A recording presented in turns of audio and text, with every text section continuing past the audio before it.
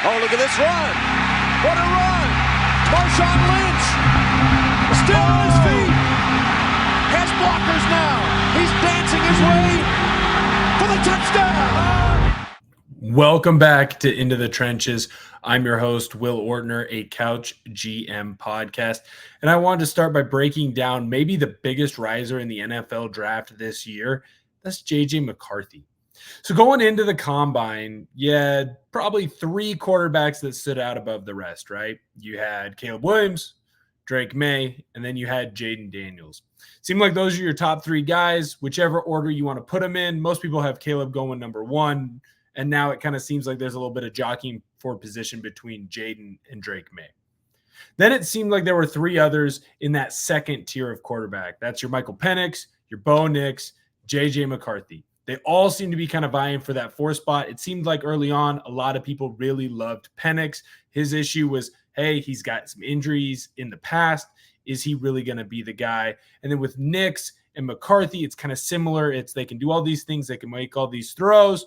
McCarthy, his decision-making is a little bit better, but they haven't asked him to be that guy. Bo Nix kind of gets a little bit of the, well, was he being a check down Charlie? Was it just because of everyone around him that made him so good? Is he really taking the step to the next level? And then a lot of people really love that. Are you a winner or are you not? McCarthy has more big-time wins than Bo Nix. No offense to Bo Nix. It just is what it is. Now, it feels like a lot of people on the West Coast, myself included, felt like McCarthy still should have been behind Nix and Penix, right? When I look at Penix and Bo Nix, they had Heisman caliber seasons. They were in the conversation. It really felt like if Oregon wins that game against UW in the Pac-12 championships, it's Nix to lose.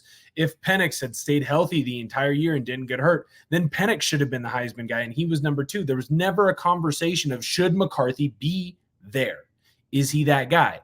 But when you talk to NFL circles, when you listen to the Mel Kipers, the Todd McShays, those types of people, it always seemed like, well, no, McCarthy is above them.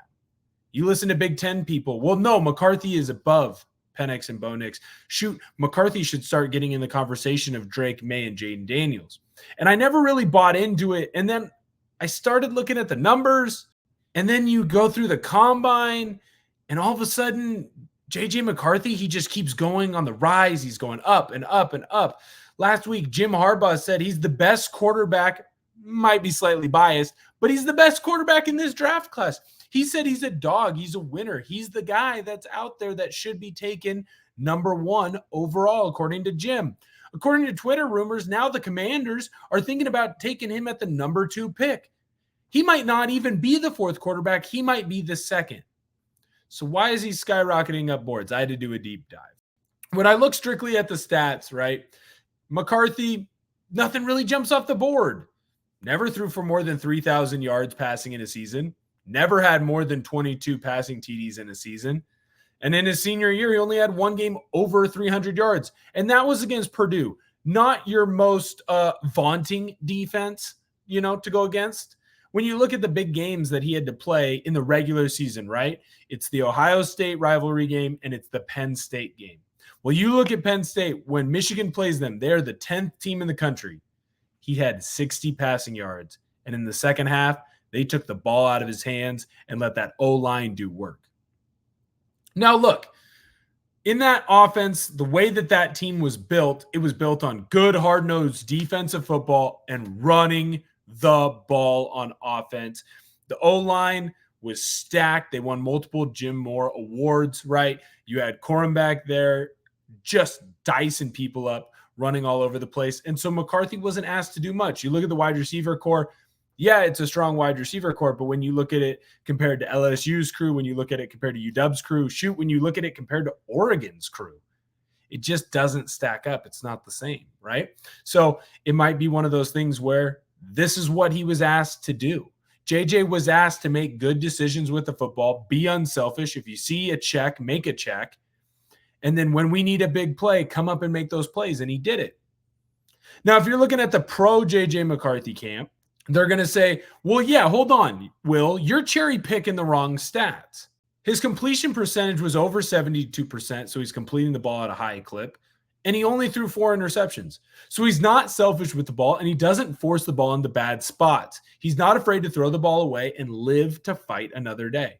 He's also not afraid to find the guy who's wide open, in the flat, find a wide receiver that's open on a slant, find the guy that's open, 5, 6, 7, 8 yards down the field. He's not afraid to do that.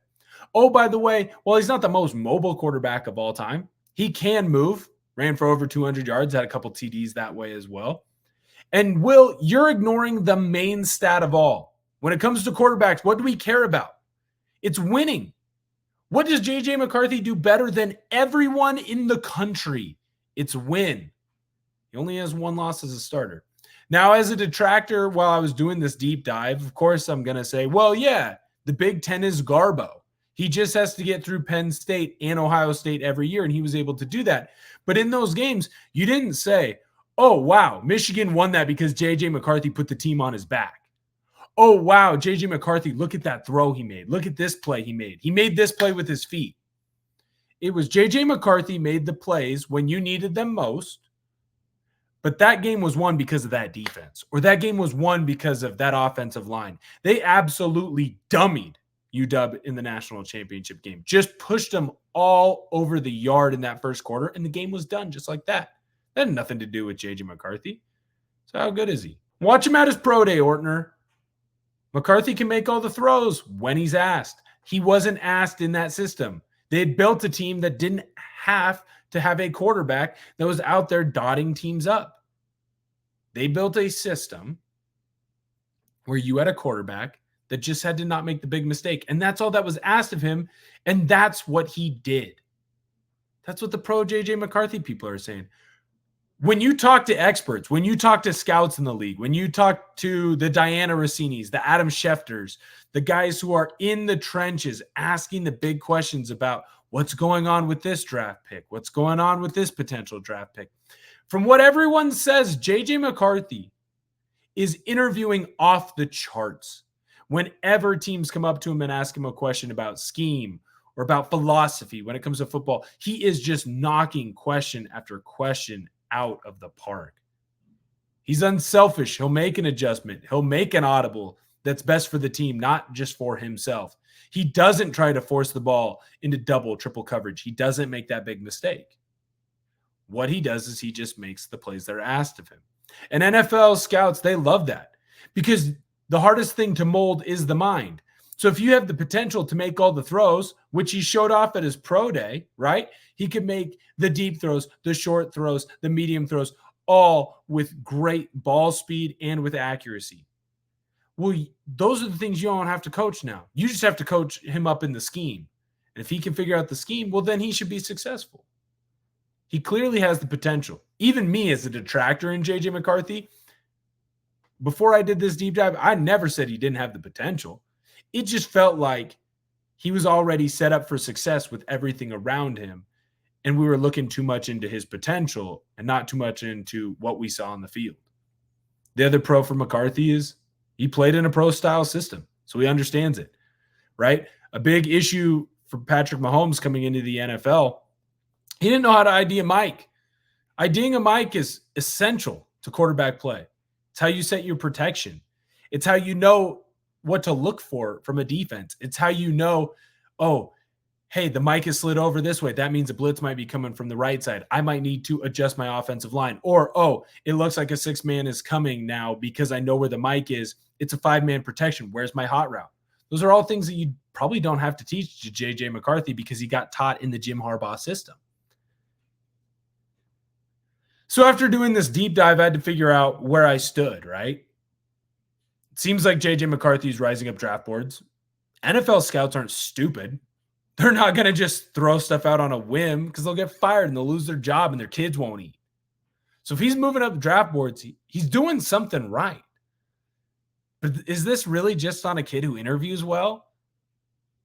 Who knows philosophies? Who knows schemes?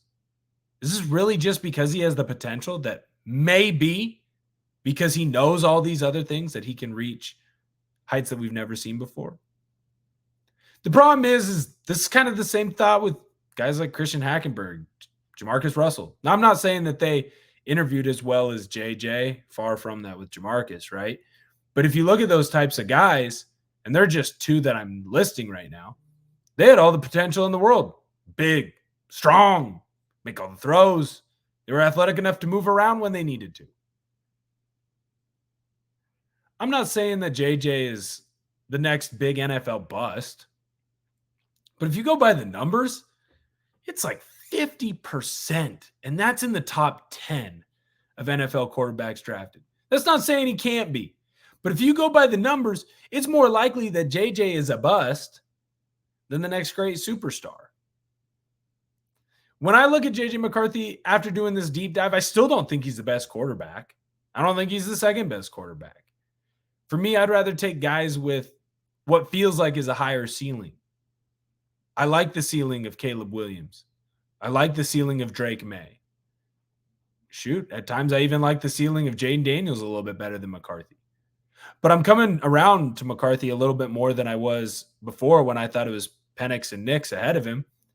It's clear to me that the smart NFL people love him, and he's got something that we don't totally understand. There's something about him. He just finds a way to be a winner that they really love. I don't know that I put as much stock into being a winner as much as I do of what I see you do on the field. And I'm not talking about your pro day stuff. Anyone can look good in shorts. I want to see what you can do on the field. Part of the problem for JJ is he wasn't asked to do much. It's almost a little bit like a wide receiver in a wishbone system or in a triple option team. Yeah, the kid's big. Yeah, the kid can run, but you never really saw him do it. Yeah, his stats aren't super awesome. But when he was asked to make big throws, he did it for the most part. He was asked to be smart with the football. He did that so he can listen. He understands philosophies. He's testing well. So, yeah, he's risen up a little bit for me. And he's going to go top 15. And I'll stake my claim on that. And I'll try to find somewhere in a sports book where I can bet it. Because he's going to go top 15. Possibly top 10, right? As you start going through the numbers. 2's a little bit rich for me when it comes to JJ McCarthy. But right now, everyone seems to love the guy who answers all the right questions and has the potential to be great. And it seems like JJ McCarthy's fitting that mold. And maybe that's why he's rising up draft boards. Maybe that's why in 3 years, you're going to come back to this video and go, "Oh, Will, you weren't as right as you could have been." Thanks for tuning in.